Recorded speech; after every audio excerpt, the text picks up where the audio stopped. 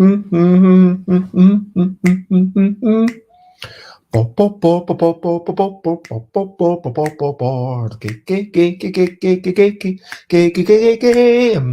board games. I might be talking about the Spiel des Jahres nominees, but I'm not gonna shout. I am starting off this streaming with a little bit of singing, and today I'll talk about Spiel des Jahres and talk about what this is. Maybe talk about what their aim is and talk about which I think the winner is. And board games and Spiel des Jahres, it's what I'm talking about. Board games and Spiel des Jahres winners, I'm not gonna shout. Hello, good morning, good afternoon, good whatever it is, wherever you are. It is about 10 a.m. UK time, which means that it's time for another Bezzy Beats and board game blether. Today, I'll be talking about what is the Spiel des Jahres and who do I think will win. But please note, I've only played two of the games. The other one I did look up somewhat, but I am not an expert. I have no insider knowledge other than being a hyper fan of board games. I mean, at a point that you're actually dedicating your life to making the board games, I feel like, yeah, you're a pretty extreme fan. So let's go into my recent highlights, living life and seeing the sights, recent highlights, playing games and other delights. And then I'll get back into the Spiel des Jahres stuff.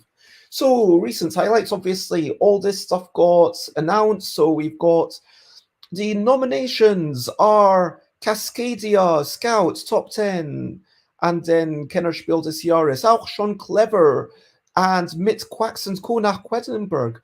Two games by Wolfgang Warschend and one that's not by Wolfgang Warschauberberg. And then for the Kenner Spiel des Jahres, we've got Cryptid, Dune Imperium, and Living Forest. I will go into that a bit more later on. But what else was good? I did a bunch of preparation for UK Games Expo. I had some meetings with a few helpers to make sure everyone was on top of the games. I did a bit of walking. That was nice. And I took a bit of time off in the evening. I watched a film that was almost 2 hours long. So was it good? Was it good? It was okay. I mean, I think that in future I might, yeah, you can't just base it on any rating, can you? But I think that I was happy with that, and that's some of my recent highlights. Deciding stuff, sorting out stuff. So let's talk about brilliant thing. Brilliant thing was a little thing which is brilliant. So getting back to the topic of the day, the Spiel des Jahres was essentially set up to promote board games in Germany. What they wanted to do is they wanted to say, hey, everyone, there's loads of games. There's hundreds or thousands or tens of thousands of games around that you could play, that you could buy.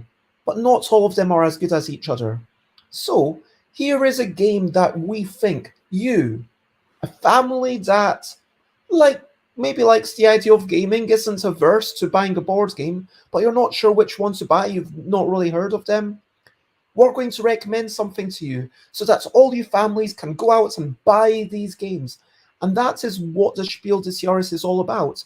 Basically, for people who are struggling to know what gaming is, for people who are struggling to work out how to navigate this amazing landscape of board gaming. For all those people, it's not just a case of going off and doing research and reading reviews and finding Dice Tower, like all the Dice Tower and stuff was really recent. Whereas if we look at the Spiel des Jahres, Hare and Tortoise, the first ever Spiel des Jahres winner, I'm going to just look it up. I want to say it's 81 or something. Hare and Tortoise, Spiel des Jahres winner. In 78, it was released, and it won the 79, so it was a wee bit earlier than I actually thought. So that is how the Spiel des Jahres winner started off, saying, we are going to show off games that are a wee bit different, show off games that will bring joy to you in a way that you haven't experienced before, and we guarantee that these will be things that your family can enjoy. And that's the context. These are not meant to be the best games in our opinion. These are not meant to be the best games for a hardcore gamer. It's not meant to be for me. If you're watching, it's probably not meant to be for you, unless you are one of my occasional viewers who doesn't really play board games, in which case, yes, the modern SdJ Spiel des Jahres winners are for you. So without further ado, let's talk about what's going on. So they have now 3 types of prizes. Firstly is the general Spiel des Jahres. The Spiel des Jahres, this is something for adults. Hopefully kids can play along as well, but you might need to be a fairly advanced child. It might be for like 10 years older. I mean, top 10 says 12 years older, but that's not really. That's the kind of age range that we're talking about. Then we've got the Kinderspiel des Jahres, which should be for the something that still possibly interesting for the adults, and the adults can play with their child, because that's normally the way that these things work. Obviously, it is on contextual, but it's ultimately what is best for a small 6-year-old or 5-year-old or some child that's just getting into board gaming. And if it was done by what's the best thing for a 3-year-old, then Haba would always win the games, and it would be a lot more limited. But when you get to 5 and 6, that's when the really interesting games start. And then we've got the Kennerspiel des Jahres, which is kind of the meatier game. It's not quite an experts game, because, again, experts are able to do their own research. The Kennerspiel des Jahres is just saying, hey, if you are playing games, if you've already played a few games, but maybe you wouldn't consider yourself a gamer, but you are not averse to having a big long game that takes more than an hour, and you're not averse to sitting down and learning rules for 10 minutes. You already know what to expect from games. You've already played a good bunch of stuff. And that's what's going on here. So now that I've contextualized it, in reverse order, let's talk about them. So Kennerspiel des Jahres. So we've got Cryptid by my friends Hal Duncan and Ruth Beavers. I say my friends like I'm only really familiar with Hal, and yeah, we've never actually met, I don't think, but it's a lovely game of deduction, and you start off trying to find out where a cryptid, something that might be like a Bigfoot or some creature that might or might not actually exist, is going to be on this landscape. And then you navigate the things, you're giving clues to other players, and the combination of clues means that there is one place where it could be, and it's very deduction-y based, and it's a very challenging puzzle. I think that Cryptid, for me, that's the one that I'm backing. Now, we've got also little pages where they talk about these games. So it is in German, but if we look at Dune Imperium, which is obviously based on the Frank Herbert novel, and morning, Michael, I'm just going through the Spiel des Jahres winners in reverse order, Kinderspiel, and then Spiel des Jahres. So these are the ones that I'm not so familiar with. Dune Imperium, I've heard it's good, but yeah, Living Forests, I basically don't know anything about these, but congratulations to all these people. And I'm not going to even bother bringing up this bringing up this, what you may call it, going through all these links. You can check them out yourself on the link that I just sent, spiel-des-jahres.de/en/awards winners 2022. Hello, Timmy. It is lovely to see you. And Arc Nova, which is the big meaty thing that everyone's been talking about a lot. Some people saying, why isn't this the indie nominations? Why is it only recommended? Well, maybe because it's one step above what Kennerspiel really means. And then we've got the Kinderspiel. I have heard of two of these, but I'm not able to talk much about these. Just going to give a quick shout out to Wolfgang Warsch, who continues to go from strength to strength. Wolfgang Warsch does so many games like Quacks of Quedlinburg, like Ganz schon clever, and two games that did really well, and now there's kids' versions of them. Hey, that's a winning recipe.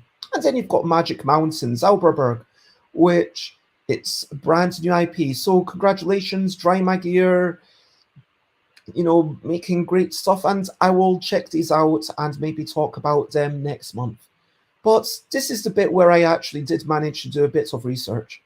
So we've got on the recommendations list, Trek 12, So Clover, My Goldmine, Magic Rabbit, Echoes, and Seven Wonders. Some of them I knew better than others. So, Trek 12, this is a game, and Michael, Wolfgang Warsch is absolutely killing it at the moment. I asked them to come on the show, and then they got back to me and said, no, they're not up for it. I would love to chat to Wolfgang Warsch more. I mean, I'm a big Wolfgang Warsch fangirl here. Wavelength. Amazing. The Quacks of Quedlinburg. So much intensity. Anyway, so Trek 12. This is a game that I got. I got given a review copy of it from Hachette UK because it's being distributed by Gigamic in France, which means that Hachette UK brought it into the UK. And it's a roll and write, which is quite mathsy. It almost feels like the basic roll and write. It doesn't do anything amazing, but it's just a really satisfying thing. And I played it with a couple of my old housemates who don't normally play games. They were excited to play it the second and the third time. And then you've got little envelopes that you can open up. And we didn't even open up any of them. I did delve into all the opening of the envelopes. I kind of peeked ahead. I've got to admit, the envelopes don't change a massive amount. When you look at the legacy aspect of this, it's nothing like Pandemic Legacy or Risk Legacy or My City, where the game changes fundamentally. These are little, hey, here's a bonus card that you might want to use. Here's a small special ability. It changes, about half as much as Pandemic Legacy if you've played that. But it's a solid game, and congratulations to everyone involved.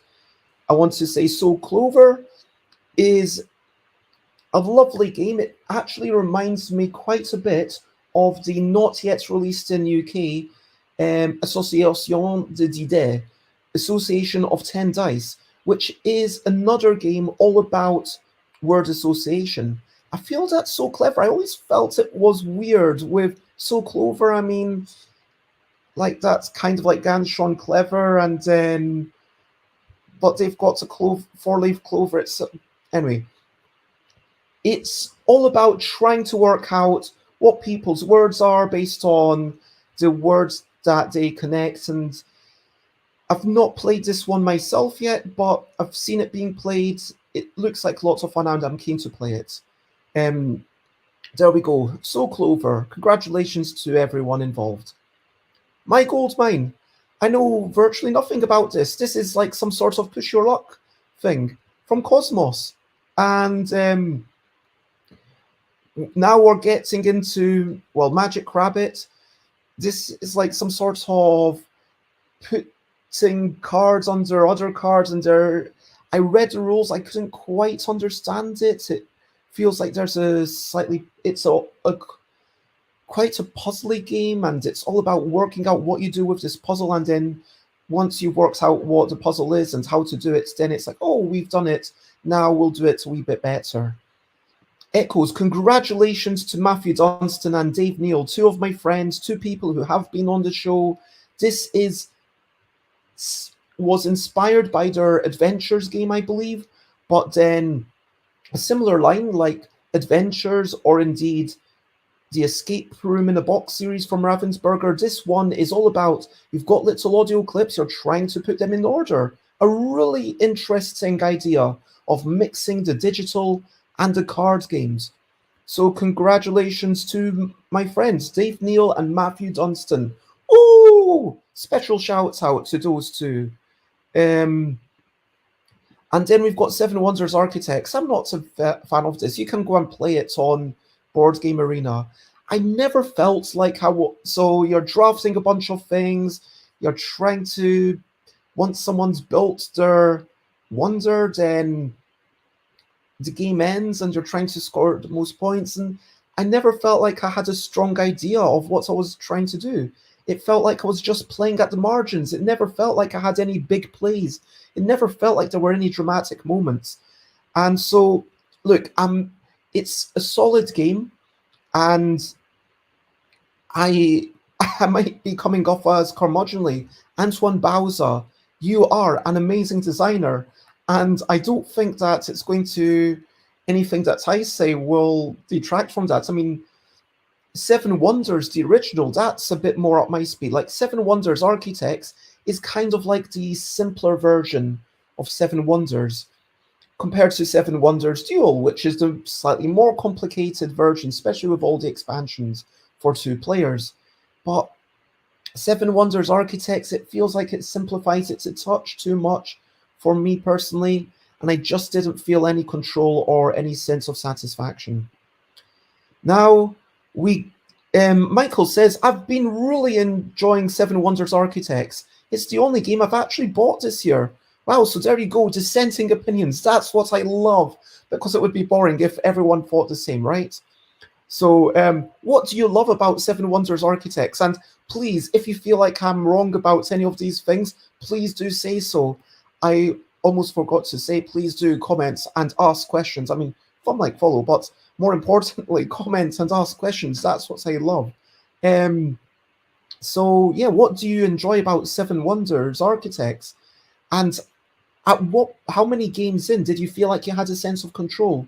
Because that was my main beef with it. I never felt like I had a strong, okay, this is what I'm doing, this is what I'm hoping for.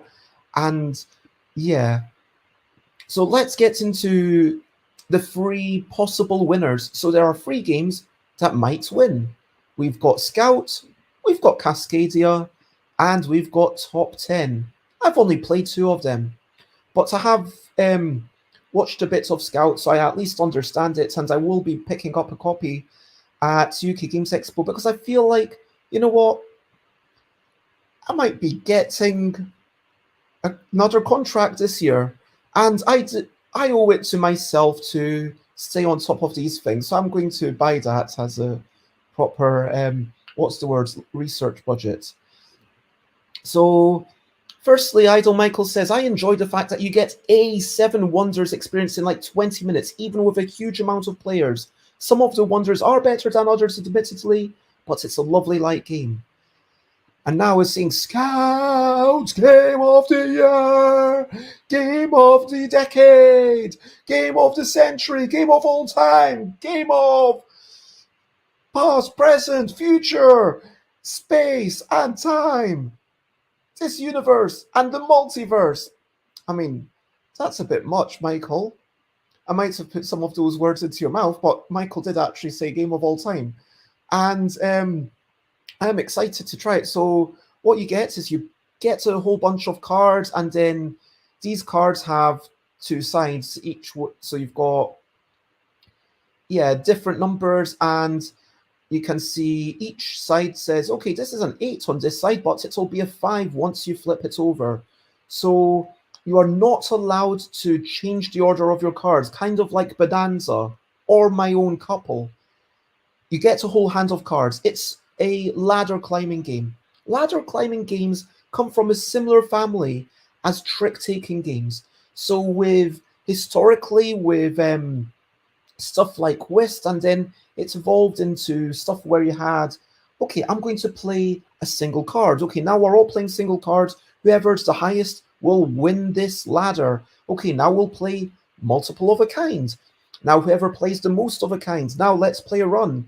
And then it would get into three of a kind or whatever. And Scout's got a slightly simpler system where any style of ladder can be mutated into any other style of a ladder. And then it's got the complexity that that you've got double-sided cards, so you need to work out which side of the cards you are going to use. But then it's got the restriction that actually pushes your mind down a certain path, that you can only use cards that are in a certain order, so they can only be cards that are adjacent to each other. But then you take them out, and then suddenly the two cards that were far apart are now adjacent. So you've now potentially got a new match, which is interesting. And you can also do some scouting, which is about taking new cards and then putting it into your hand in a new place. And then the scouting is kind of changing your hand. So that's the only way you can change your hands, other than obviously playing the cards out for the so-called ladders. Michael, please let me know if I'm messing this up completely, because as I say, this is the one nominee that I've not played yet. It seems really interesting, really delightful. I'm really interested to try it out. Oink have a history of really solid graphic design, as you can see, like from Eric Yurko's fantastic photography here. Thanks, Eric, for making this available for other people to copy.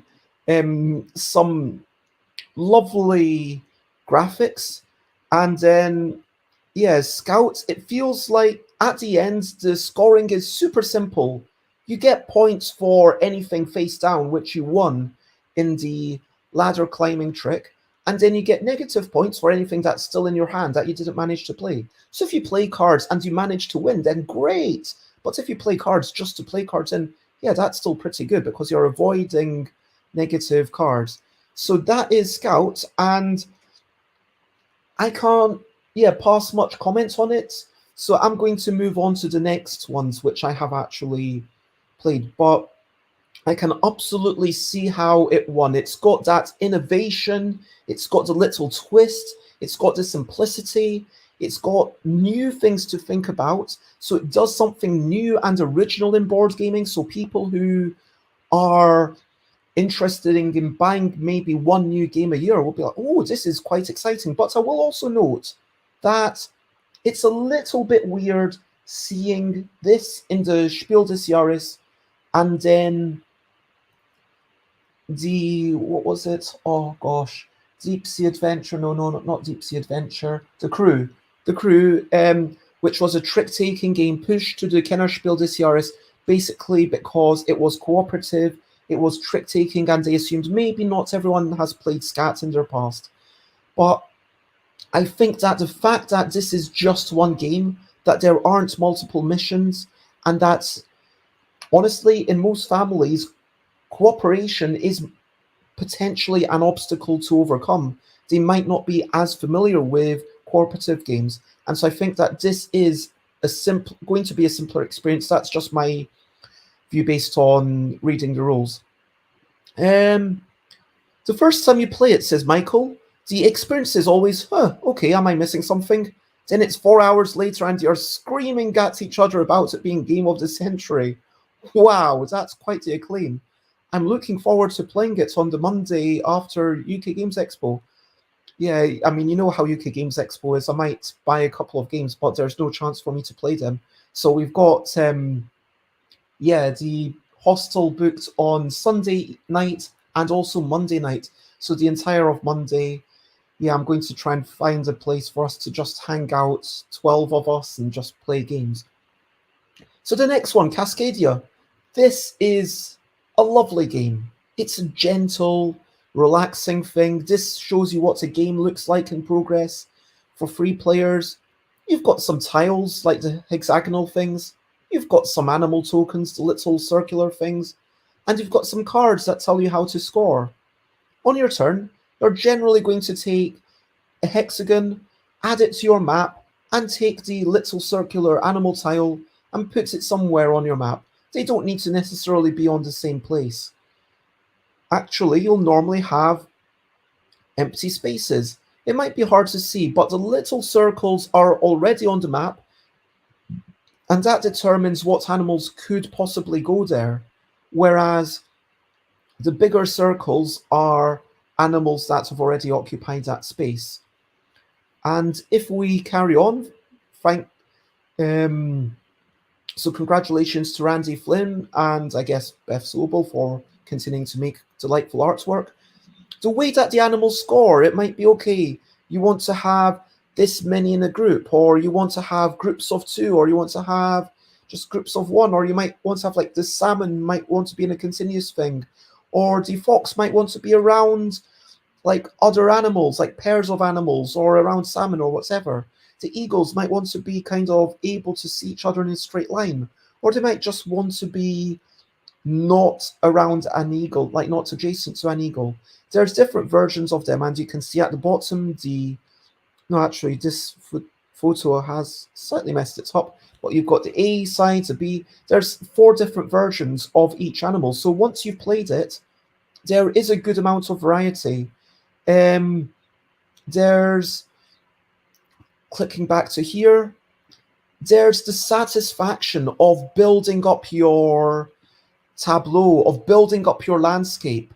There's this satisfaction of saying, hey, I've got my salmons in this run. Oh, if I get one more, and sometimes there's a big payoff because there's triangular scoring. So you need that one more for 4 extra points. Sometimes it's like, oh, I get this. And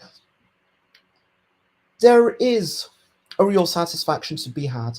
And there is a lovely sense of exploration as you try out the different cards. And this feels like a really nice set of modular scoring abilities. I feel it's almost as good as it could be. Like, it learns from so many previous games, and it just refines everything subtly, and it wraps it up in a beautiful whole. This was a game that I liked, but having said that, it's not a game that sparked a lot of... It did spark joy, but it didn't spark amazing memories for me. Like, I'm going to talk about what I think my game of the year, as defined by Spiel des Jahres, would be, which is Top 10. Have you played Top 10? So Top 10 is a game that I want to say I played in 2019. Maybe it was 2020. It was at Cannes Festival International de Jeux, and it was just such a joyful thing. I came back with some promo cards and with a lot of stickers that I put all over my bike, and then my bike got stolen. Sad times, true story. But bikes thief aside, how do you play Top 10? Well, it's a cooperative game. There's one person, the chief, and they are trying to guess what number everyone is. You've got a bunch of numbers, shuffle them up, give everyone a number, and then everyone looks at the number and has to pick something on a scale of 1 to 10 based on what their number is. So what's this scale all about? So let's look at some of the cards. So here, Mr. Bond, if you don't give me the secret code, I will... And then complete it from the smallest threat to the biggest threat. So number 1 would be the smallest threat imaginable, to number 10 would be the biggest threat imaginable. And this is where the game goes into sort of learning about the people around the table, imagining, okay, tickle your toes. Is that the smallest threat imaginable? Or would it be, I will breathe over your hands? I mean, nowadays that might actually be a 4 or a 5, I don't know.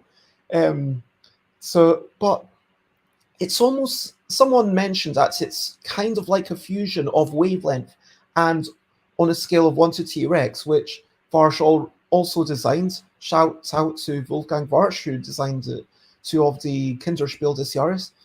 I would say that, sure, it is all about placing things on a scale and having a vague scale, and it does tap into a similar joyful play experience, but I do think that it is its own thing. I would say that whereas Wavelength is one person coming up with the action and then everyone else guessing, Top 10 is a whole bunch of people coming up with, okay, where would this fall on a scale of one?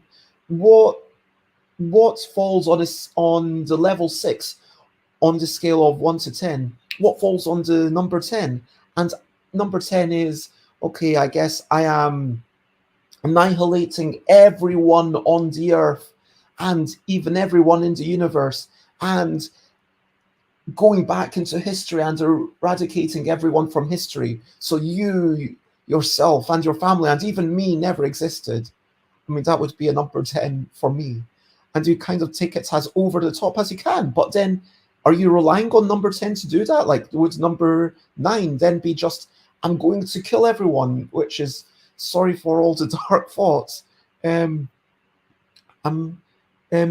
don't have to, I don't know what. You have a dream where you discover that you're doing, my French isn't good enough to understand the other two ones just yet. And I was able to play this at the show, even though my French wasn't brilliant. When I didn't understand something, I was able to ask the other players if I had to I could generally understand what people were saying, but people were helping me with my bad French. And so that was really good. It's just, and I've played it a few more times. I think it must have been actually 2019 that I played it, because I definitely played the demo copy at a December meet, I think. I'm fairly sure. But actually, if it came out in 2020, let me check. Not that it really matters, but yeah, it came out in 2020, so I probably played it in 2019 because it was just before it came out. Anyway, so back to the point. Top 10, great game. It's all about the people around the table. It taps into what I like about games, and I do think that this is the game that I would like to win the Spiel des Jahres. Top 10, that's my vote. Good morning, Alex. I hope that you're generally well. I have just finished chatting about the Spiel des Jahres, but I guess you'll hear the wrap up. Michael says, yo, we need to take some time at the show. We'll play. I'd love to hang out. We don't leave until Monday morning. Amazing. We have some time between finishing packing up and 8 p.m. I do want to do a debrief with all the people in my team, but yeah. Also, we are having an indie publisher meeting, and like a small meeting on Friday, I want to say. So Friday, after the show finishes, so after trade hours, after we get out of the hall, which I'm imagining like 6:30, just a whole bunch of people meeting. It would be lovely to see you. So yeah, join me at 6:30. Good morning, Hal. Have you been listening all along? That's marginally embarrassing now. Who says, I like the sound of top 10. Sounds nice having everyone being involved in that type of game. Hadn't heard of it before, keen to try now. And yeah, I talked about you for like 30 seconds. But yes, just to reiterate, some people were like, oh, what is this game? This is something I've never heard of. Well, yeah, because this is about the German market. This is not the English market. It has not been released in English yet. You can... I want to say that Michael actually... Matthew sent me a print and play that I could have played in English, but I never actually printed and played, so... But I was also told to keep that private because I was going to help with proofreading, but I never did because pandemic happened. Yeah, I think it was 2020 that I played it. Sorry, things are blending into one another. Yeah, congratulations on the nomination again, Hal. You've done really well. It's a fantastic game, and I hope it wins. But yeah, if you can speak French, it's well worth checking out. And you only need to translate one wee sentence. So you only need to have one French speaker at the table, or you could have one German speaker now that it's released in German. And I think this is a really canny way by Mathieu to release it in German, see it get the nominations, see if it even wins, and then release it in English later. Anyway, so let's wrap up with my question of the day. Question of the day. Here's a little question before we go on our way. My question of the day. Unless anyone has a question that they quickly want to type in, like at this point, when I'm taking longer than 10 seconds to come up with a question, first person to come up with a question gets that question to be the question of the day. My question of the day is, damn, only like 41 episodes in and I'm already struggling. My question of the day is, are you prepared for UK Games Expo? Do you feel like you are prepared for UK Games Expo? And my other question is, are you going to have a haircut for UK Games Expo? So my answer to those questions is, firstly, no, not really. I mean, I've got a lot to do, but I feel okay about it. I feel like, you know what, there will be a lot to do, but I feel on top of it. I feel like it would have been nicer if I had another week, but I am okay with things as they are. And the other question is, are you going to get a haircut before UK Games Expo? Yes, I am. I'm going to get a short trim, and I might even dye my hair. No prizes for guessing which color. Alex says yes, that would be my marketing strategy, to just see which of my games wins the SdJ, then focus on that one. I mean, frankly, if any of your games wins the SdJ, you're doing pretty well as a publisher. Michael says, still waiting on fancy playmats, but I'm otherwise ready. Also, you know my hair situation. I am assuming you are having a fresh shave, like the day before you go? I mean, I'm assuming there's still like wee bits that you shave. Alex just got back from a haircut. Hal is ready, but also doesn't have any plans other than wandering around, and it's a big maybe on the haircut. That is fair. I am going to make sure to get my hair needs like daily washes, otherwise it's got these stray hairs all coming around. So when I'm there, I'm probably going to take a fresh bottle of conditioner, a fresh bottle of shampoo, and I will expect to use that all up in the course of 3 days, no exaggeration. Now for today, over to you. What are you up to? You can share about something if you want to. Is there anything that you want to do, anything that you're looking forward to doing, anything that you need to be doing? Something fun and frivolous, something super serious. Let me know.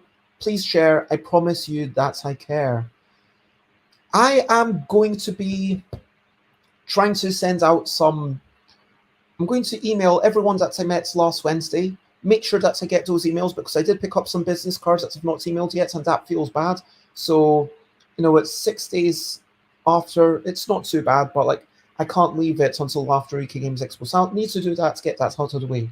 And then I'm going to try and send survey stuff to my 2 outstanding Kickstarters, because I'm going to get information on how many beetroots and turnips and black and white beetroots and red beetroots and radishes and coloured and black and white to keep back at my house to send out to those people.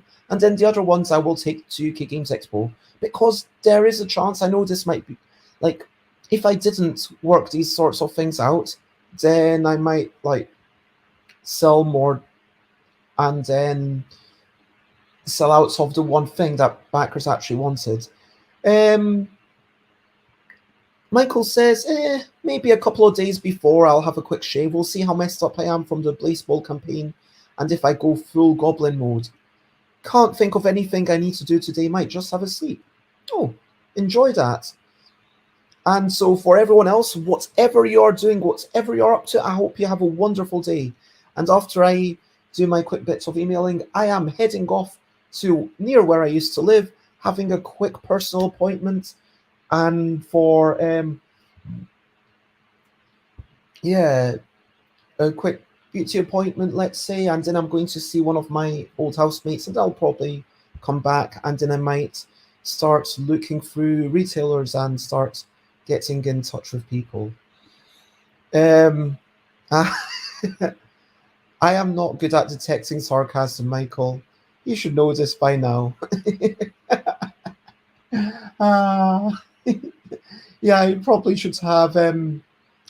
See, the more things I am doing, the worse that's the worse. Like, oh shit, I did not know.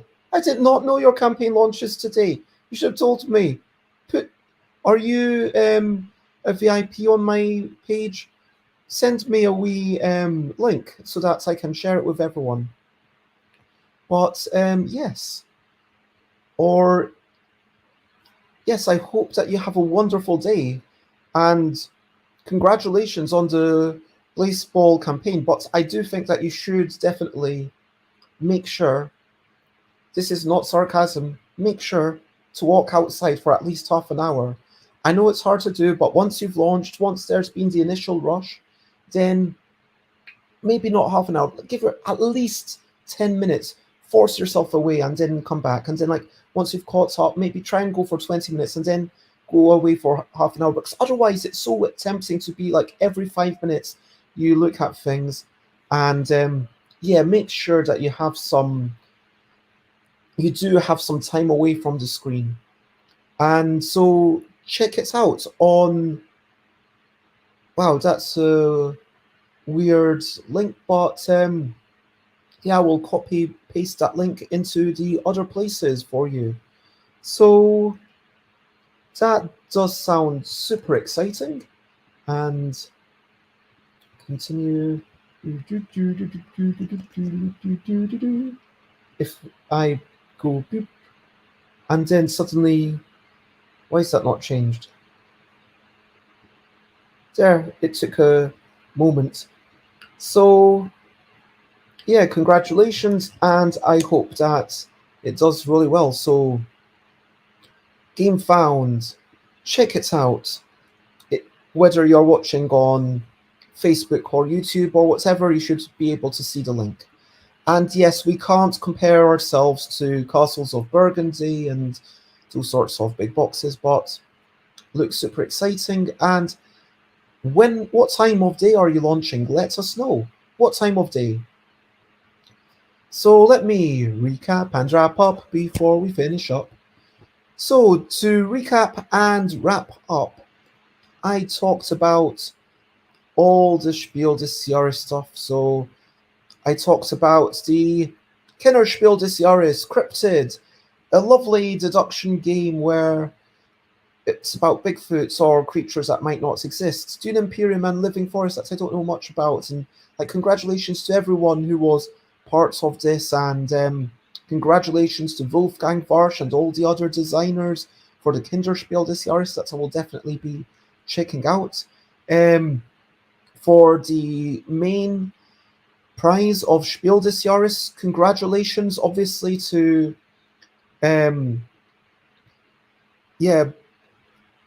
Mike, Dave Neal and Matthew Dunstan, who I've had on the show before, so I am biased about them. And all the other designers. Scout, Michael is saying, that's the game of the ever. Cascadia, a lot of people are saying that's their favorite thing. It just uses sorts of variable setup so nicely, where each animal has a cohesive vision. So the salmons are basically always kind of alluding to the salmon run, and the eagles are always kind of alluding to being far away from each other. But there are small variations within that. And then top 10, my own personal pick. I should have said you can also go to the Board Game Geek page if you want. Trek 12, lovely. Soul Clover, about word association. My Gold Mine, which a really weird pun. My Gold Mine, about sort of push your luck. This is kind of more of a puzzly thing. This is more of a mashing of technology and cards where you're trying to put little audio clips in order. This one I wasn't too keen on, but Michael really enjoyed about a simplification of Seven Wonders, where it's kind of like a Seven Wonders experience in 20 minutes, but I just feel like it never gave me quite enough moments of satisfaction. Scout sounds super exciting. I will definitely be getting that. Cascadia, a lovely thing. I encourage everyone to try that out. It's in top 10, where everyone is thinking, Mr. Bond, if you don't give me the passcode, I will. And then you have to go from the smallest menace to the biggest menace, or something where you're going from the cutest to the ugliest, or from the most mean to the kindest thing, or to something that you'd want to do immediately to the something that you would want to do for later. And all of these sorts of scales, for me, it feels like I would actually rather play top 10 than Wavelength. I know that's strong words because Wavelength was, I believe, in my top 10 games. So I think that I'd have to play it a bit more with the English version, see how it feels. But honestly, top 10, I really like that. Yep, Cascadia is very popular. And Michael, we then talked about Blazeball, which is launching at 5 p.m. UK. So I guess I will see it when I get back home. I will try to remember to back it.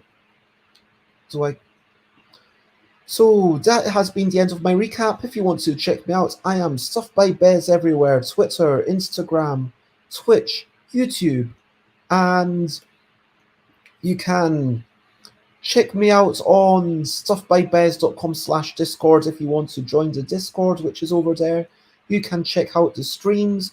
Unfortunately, today Chloe Masheter was unable to make it for personal reasons, but I do normally stick to what is on that schedule. Chloe will be back. We are still friends, and it's just there was a personal emergency. Tomorrow I'm expecting to have Jess and doing a quick catch up talking about UK Games Expo. Thursday, I'm hoping to have some new games to show you. Friday's always a quick catch up. Saturday, Sunday, I'll want to talk about UK Games Expo. Next, then Monday, I'll have Kelly Eckley from Big Cook, then Alan Paul, and then, yeah, just a lot of streams about UK Games Expo. And on Twitter, I've got a questionnaire asking people, would you prefer me to do 10 a.m. streams at UK Games Expo or to do something earlier on? What do you think I should do? Do you think I should do like streams before it starts so that I can run around, but it'll be quite a bumpy camera? Or should I do a 10 a.m. thing from my stand? Either way, it's not going to be a long stream. It'll be like 5-10 minutes because I'll be running around trying to get things ready. But for now, so much love. Share, spread the word. I guess if you're watching live, let's check out